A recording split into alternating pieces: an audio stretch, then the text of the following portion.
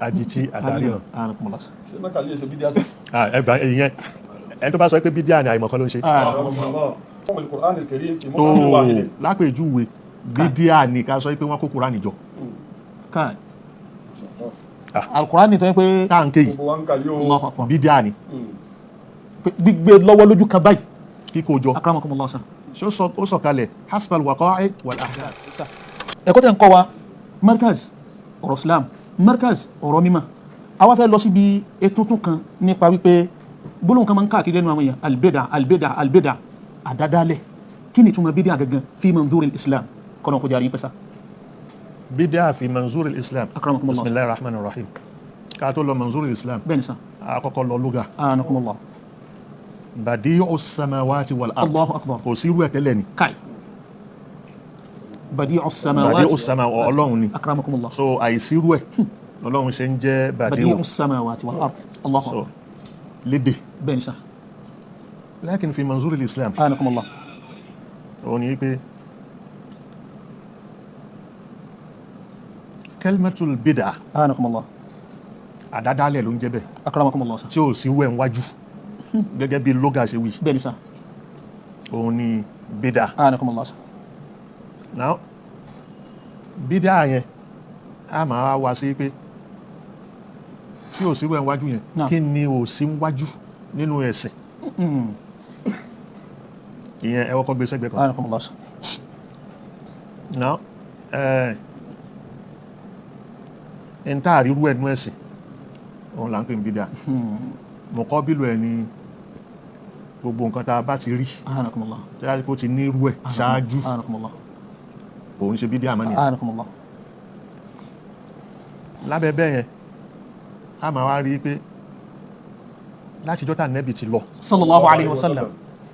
lọ́rọ̀ bídíà yìí ti bẹ̀rẹ̀. kò ń ṣe pé jẹ̀díd. anakumullah. mustalahu yẹn. mustalahu yẹn kì í ṣe jẹ̀díd. anakumullah. so ká máa pé nǹkan bídíà àdádálẹ̀ ó ti wà. naam.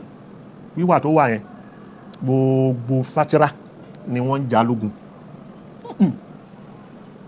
láti ojú ayé ànábì sallallahu alayhi wa sallam. ìgbà tí ànábì tún papòdà akramakumullah sa. àwọn fúlàfáà yẹn anakumullah. wọ́n jà lógun láti ìgbà náà títí di ìsìn bídíà kò ṣeé ṣe kó má sí. anakumullah.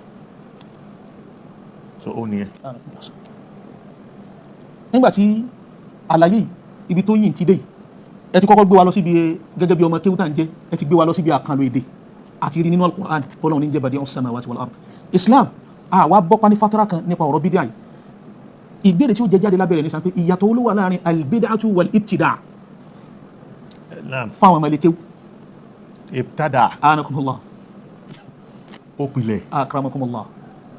akramakumullah. yẹn ni pé ó ṣe nǹkan tó ṣe ní tuntun. akramakumullah. òun ni ibtada. anakumullah. so bídíà yẹn òun nìkan ṣo la máa rí lò nínú ọ̀rọ̀ ẹ̀sìn. akramakumullah. kò ní sí ibtada. nínú ẹ̀sìn. akramakumullah. akramakumullah. ibtada ó pilẹ̀ ni. bẹ́ẹ̀ ni sà. èyàn rẹ̀ pilẹ̀ kankan bí ẹ̀sìn. níbi ẹ̀sìn. anakumullah. so ìyàtọ̀ tó wà ń bẹ nìyẹn. akramakumullah. ìyẹn ti dúró báyìí sà. so ìbéèrè tí ó tún jáde lábẹ́rẹ̀ so ẹyọ kan tá a fẹ́ mú yẹn náà la fẹ́ mú nísìn ibtada àti yanjú ọ̀rọ̀ tiẹ̀ ṣé bídíà àtàwọn sọ kalimatul bid'ah ìjọ so ní àwọn ẹtuntun àbó ní pé akalé ní akaléjì akalẹ́ta àbá kalẹ́rin pé ó ní classification kọlọ́njà rí pẹ́sàn. ó ní. anakumullah sa. bid'atun hasanatun wa bid'atun sayyi'ah. akramakumullah. wà so òun náà tún wá yẹ tuntun. àwọn ẹtuntun tó yà yẹn má jẹ́ ṣe wà ìwọ bá mi wò. akramakumullah. تنقسم البدعة إلى قسمين رئيسيين. méjì náà ló pín sí. بدعة حسنة. بدعة حسنة. وبدعة سيئة. bídíà yìí dá bídíà yìí ò dá. البدعة الحسنة. البدعة الحسنة. هي ما يوافق أصول الشريعة. tó bá ti rí nínú Quran usul sharia Quran hadith. bẹ́ẹ̀ ni sà. وأهدافها العامة. àti àdáfù ẹ̀ níbo oríire ibo ló ń tàfà sí. anakumullah sa. بينما البدعة السيئة. بدعة سيئة. هي ما يخالف أصول الشريعة. èyí tí ó bá tẹ́ bá ti rí àyà nínú Quran àbí hadith وقواعدها. tí ó bá kí ẹ. akramakumullah sa. سيئة ni. anakumullah. البدعة الحسنة هي كل ما أحدث في الدين مما ليس فيه نص خاص ولكنه يندرج تحت عموم النصوص الشرعية والأهداف العامة للإسلام. أكرمكم الله صح. bid'atun hasana bẹ́ẹ̀ ni sà. èyí tó dá yẹn كل ما أحدث في gbogbo الدين tá a bá dálẹ̀ nú ẹ̀sìn مما ليس فيه نص tí ó خاص sí nẹ́sù tó wà khas fún ولكنه يندرج تحت عموم النصوص àmọ́ ẹ الشرعية. ma umumu Nusus nusus shar'iyya. shar'iyya ẹ lọ sára kìyàs أكرمكم الله. li'illatin tajma'u baynahuma so ẹ gbé kalẹ̀ lápèjúwe nísìn bídíà ní ká wọ plénì ó sì lè rí àyà ẹnu Kùránì ẹ wọ plénì lọ Mákà bídíà ni àmọ́ bídíà tó ń hasana bídíà tó dáa ni kò sí násù sọ̀rí ẹ̀ Bẹ́ẹ̀ni. tó dárúkọ plénì bẹ́ẹ̀ bá fẹ́ lọ Mákà bẹ́ẹ̀ bá fẹ́ lọ plénì ẹgùn plénì ẹgbẹ́ lọ Mákà kò sí ò lè rí àyà rẹ̀. a máa lè rí kìyàs أكرمكم الله. ìlà kan tó pa òun pẹ̀lú plénì papọ̀ ihun tí ó fẹ́ jọ. èyí tó fẹ́ jọ Akramakum ó Allah. ní pé one plénì kó gbéra fún ìṣẹ́jú mélòó wákàtí mélòó kó di wákàtí márùn bẹ́ẹ̀ ni sà. láti Nàìjíríà bí àbí wákàtí mẹ́fà bẹ́ẹ̀ ni sà. so kó dé Saudi الهدف náà ni Al-hadaf usul ni pé ila usul Saudiya. ila Saudiya أكرمكم الله. a sì lè rí nẹ́sù tó súnmọ́ nẹ́sù tó súnmọ́ ó ní pé wasakharna li Sulaymana riha guduwuha shahrun wa rawa'uha shahrun أكرمكم الله. plénì kan ló sọ bẹ́ẹ̀ ni sà. but ó ní nǹkan tó jọ ó rìnrìn àárọ̀ أكرمكم الله. ìrìn oṣù kan yóò rìn láàárọ̀ ìrìn Tí ó fi alẹ́ padà náà. tí ó fi padà náà Lóṣù kan. yóò rìn lálẹ́ káì. ìlà tó pa wọ́n pọ̀ ní pé usul ورجوع. ورجوع so أكرمكم ìyẹn الله. ولكم فيها جمال حين تريحون وحين تسرحون وتحملوا أثقالكم إلى بلد لم تكونوا بالغيه إلا بشق الأنفس ìlà بشق الأنفس أكرمكم الله. إن ربكم لرؤوف رحيم. ìlà tó jọ òun nìyẹn kò ní í ṣe pé nọ́ọ̀sù kan ni ó làmẹ́lẹ̀ pọ̀nyànpọ̀nyàn Pọ̀nyànpọ̀nyàn. àmọ́ tá a bá tú àwọn nùsùsù kalẹ̀ á rí yọ lábẹ́ rẹ̀. bẹ́ẹ̀ni أكرمكم الله. olóbi já sí pé ẹni tó fẹ́ ṣe dáwà náà ẹni tó fẹ́ sọ̀rọ̀ ń pa ẹ̀sìn kò jọ sí yín tí gbogbo èèyàn kàn ń bẹ́ bọ̀tà o ó gbọ́dọ̀ ní àwọn irinṣẹ́ Allahu yóò gbọ́ èdè yìí èdè Lárúbáwá. èdè Lárúbáwá àkọ́kọ́ nìyẹn أكرمكم الله sir. àwọn nǹkan tí wọ́n fi ń tú èdè yóò ní أكرمكم الله. ìgbà kan ẹ̀yìn mo sọ nígbà tí wọ́n kó bò mí kíní kankan mo wá mú múnjìdù ok sir. jalibabu jalabibu bẹ́ẹ̀ ni sir jilibat. so mo wá fi múnjìdù ẹ bá mi gbé múnjìdù mo wá gbé wá mo wá fi tú làwọn kan bá bọ́ta wọn ni wọ́n fi múnjìdù tú Kùránì wọ́n fi kíní múnjìdù rẹ̀ pé kiri yóò ló ṣe níbi tí òye wọn mọ nìyẹn Bẹ́ẹ̀ sir. èdè ni èdè yẹn ó gbọ́dọ̀ gbọ́ bẹ́ẹ̀ ni. èjì àwọn irinṣẹ́ tó máa fi ń gbédè pọ̀ inú àwọn irinṣẹ́ yìí ni bàlágà bẹ́ẹ̀ ni sir rhetoric. ó wà ń bẹ bẹ́ẹ̀ ni sir. inú ẹ̀ ni àwọn nùsùsù tá a sọ yẹn bẹ́ẹ̀ ni sir. bá àwọn olórin ṣe torí olórin ló gbọ́ èdè jù أكرمكم الله sir. tí ò ní fi kan pè kan bẹ́ẹ̀ ni. yóò sì máa yọ màá ní oríṣiríṣiríṣiríṣi bẹ́ẹ̀ ni sir. so àwọn nǹkan tó o bá ti ní gbàgbé ẹ̀ báwo ló fẹ́ gbọ́ Kùránì yìí bẹ́ẹ̀ ni sir. àfi kéèyàn gbọ́ èdè yẹn. bẹ́ẹ̀ ni inna anzalnahu Qur'anan Arabiyyan عندكم تعقيب. èdè Lárúbáwá ló fi sọ kalẹ̀ أكرمكم الله. so naam يندرج تحت عموم النصوص الشرعية والأهداف العامة للإسلام ويدخل في مقاصد الشريعة مثال ذلك maqasidu sharia kí lọ́lọ́run ti torí ẹ̀ gba sharia láàyè ló ń ṣe gbà lérò níbo ló ń lọ ń bẹ̀ الله أكبر. maqasidu sharia tọ́lọ́run bá ní pé ẹ má mutí kí lọ́lọ́run gbà lérò ọlọ́run ò ní bíúrì bẹ́ẹ̀ ni sir. kò sí ń ta ọtí أكرمكم الله tí sir. ò wá fẹ́ káwọn ọtí kan ta bẹ́ẹ̀ ni sir. tó wá hàn náà pé ẹ má ta ọtí o ẹ má ta ọtí o kọ́ ti tiẹ̀ lè má ta kí ló fẹ́ fàyọ̀ ń bẹ̀ الله أكبر. láti ṣọ́lá akáyọ̀ Allahu wa Akbar. láti ifsula الله akil أكبر. kó sọ kúrò bí pé zeigu ohun kò ṣe gbogbo àwọn hifzu yẹn ifsul nasli yẹn má ṣe ṣìnà kóbìnrin má ṣe ṣìnà obìnrin ló ń lóyún kọ́ mọ́ máa dàpọ̀ ifsul nasli ni bẹ́ẹ̀ ni sir. kí tó ni حفظ المال ifsul mal tí wọ́n bá pààyàn pa wa man qutila duna malihi fahuwa shahid so àwọn ṣúwà dáhùn yẹn márùn ni so gbogbo eléyìí ó bọ́ sábẹ́ مقاصد الشريعة. abẹ́ maqasidu sharia مثال ذلك جمع القرآن الكريم في tó مصحف واحد lápèjúwe Bidia ni ká sọ pé wọ́n kó Kùránì jọ. Káì. Al-Qur'an tó yẹ pé táǹkì yìí gbogbo wa ń kà yóò. Allahu Akbar. Bidia ni gbígbé lọ́wọ́ lójú kan báyìí. kíkó jọ. Akramakumullah sa. ó sọ̀kalẹ̀ hasbal waqa'i wal ahdath Bẹ́ẹ̀ni sà. òun ló fi sọ̀kalẹ̀ but waqa'i àti ahdath yẹn ká lè ní kankan tá fẹ́ gbóyé ń bẹ̀ ni kì í ṣe pé Ó kàn rọtì fún wa lẹ́ẹ̀kan náà gbà. gbàgbà ó kàn rọ̀ tí nazala al-Qur'an munajjaman Akramakumullah sa.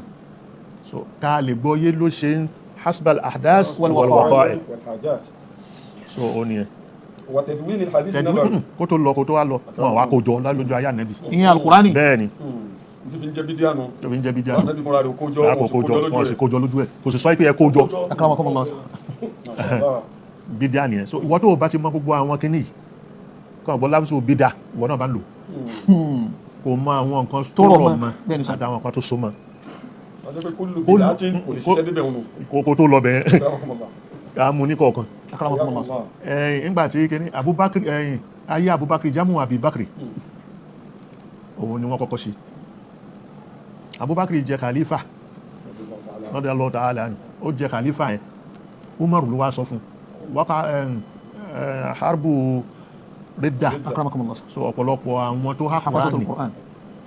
wọn kú Pa wọn gbógun lọ. wọ́n gbógun lọ so wọ́n fẹ́ máa ṣe Abubakar Umar wá sọ fún pé èyí tó ṣe ní pé kó Al-Qur'ani jọ Abubakar wà ìntànà bí ó ṣe òun ò ní ṣe Allahu Akbar. ó tún bẹ̀rẹ̀ lẹ́ẹ̀kejì ó rọ́ wá dẹ̀ lẹ́ẹ̀mẹ́ta Al-Qur'an lọ́nlẹ̀ fáwọn Al-Qur'ani lọ́nlẹ̀ mọ́ Abubakar bá fi ní pé kán kó jọ Akramakumullah sa. so hadhihi wahida Anakumullah. jamu Uthman wọ́n tún ṣe yẹn náà rosmu Uthman Anakumullah. so rosmu Uthman yẹn ìgbà tí wọ́n ń kọ Quran Lárúbáwá ni wọ́n Lárúbáwá làwọn tó ń kọ Naam. àwọn hurufu kan wà kò lọ́mọ gbogbo hurufu tiẹ̀ ni Bí wọ́n ti kọ́kọ́ gbà wá. kò lọ́mọ Anakumullah. bá kò sọmọ Bẹ́ẹ̀ni. lábẹ́ Yóò kàn wà bẹ́ẹ̀ ni. yóò kàn wà bẹ́ẹ̀ bákan náà ni wọ́n ṣe máa kọ bá Anakumullah. dá ìyá Anakumullah. ìyá àkọpapọ̀ Bẹ́ẹ̀ni sà. so Bẹ́ẹ̀ni ha, kha, bẹ́ẹ̀ jim. jim Akramakumullah sa. àti ayin àti gain àti sin àti shin Akramakumullah sa. àmọ́ táwọn bá ti gbé gẹ́gẹ́ bíi pé èdè wọn ní Saliqatuhumul arabiyya. sẹ́lí ìkọ́ni wọ́n ti gbọ́ yé straight Káì. Wọ́n ti mọ ibi tí nùnú wà. wọ́n ti mọ ibi tó wà Káì. so wọ́n máa kà á bẹ́ẹ̀ inú bẹ́ẹ̀ tó ní kìrá tó ti jáde Akramakumullah. Ilmul qira'at. ilmul qira'at Akramakumullah sa. so bita ìwà yá ì àwọn onítẹ̀fsírì kan láti pé àwọn méjì ìbejì tó wà Mákà ni wọn ìkan jẹ́ táyì ìkan jẹ́ yáyì kò mọ̀ pé bita ìwà yá ì Bí tẹ́fún àlúnà ti yámàlúnà òun wá pè ní ìbejì Ìbejì. so irú yẹn bó ṣe rí nìyẹn. So èyí náà ló jẹ́ bẹ́ẹ̀ ṣe sọ fún wa yìí bóyá òun náà ló prompt àwọn bàbá tí wọ́n fi tábà hàn tí wọ́n ní ìkan adití ìkan aríran. bó ṣe wá Ok sir. nìyẹn but wọ́n fi ṣe nákàlí ni Anakumullah. Anakumullah. nákàlí lẹ́yìn Anakumullah. afọ́jú adití àtàríran. Anakumullah. Ṣé nákàlí ṣe bídíà sí? ẹgbà ìyẹn ẹni tó bá sọ pé Bidia ni àìmọ̀kan ló ń ṣe kalma wahida حياكم الله. So جمع القرآن في مصحف واحد وتدوين الحديث النبوي. bẹ́ẹ̀ ni tadwin al-hadith Ànábì sọ pé la taktubu anni shay'an shay'an ghayra al-Qur'an. yàtọ̀ sí al-Qur'an yẹn máa kọ kankan man kataba falyahu tó bá kọ kankan kó parẹ́ kálukú dẹ̀ bọ̀rọ̀ sí mú tiẹ̀ jáde pé tèmi ní mo parẹ́ tèmi ní mo parẹ́ tèmi ní mo parẹ́ ìyẹn hadith tá ń dúró lé lórí lénìí. Allahu Akbar. Tẹ́ńpẹ́ òun ló wà ní manzilatu thaniya min al-Qur'an. bẹ́ẹ̀ ni manzilatu thaniya nu Qur'an yẹn kò sọ pé asahul kutub ba'da kitabillah rárá manzila tó ń wí yẹn ni pé manzilatu mẹ́rin ni Anakumullah sa. mẹ́rin ni àwọn usulu sharia Akramakumullah sa. so Qur'ani hadith qiyas àti ijma so mẹ́rẹ̀ẹ̀rin yẹn òun ni kíni òun wá ló wà manzila kejì Ẹlẹ́kejì. Akramakumullah sa. ẹlẹ́kejì Anakumullah sa. وبناء المدارس والمستشفيات. kakọ́ hospital kakọ́ Ilé ẹ̀kọ́. ilé ẹ̀kọ́ Akramakumullah sa. وتنظيم الجيوش وغيرها gbogbo yẹn من الأمور التي تخدم مصالح المسلمين tí ó ṣàǹfààní fún mùsùlùmí وتعينهم tu'inuhum على ala ada'i sha'air dinihim Akramakumullah sa. so nǹkan tí ó mú ẹ̀sìn wa Tí ó mú rọrùn. tí ó mú rọrùn òun ni so ẹja dúró bíbí dáhùn tó ọ̀nà jìn أكرمكم الله.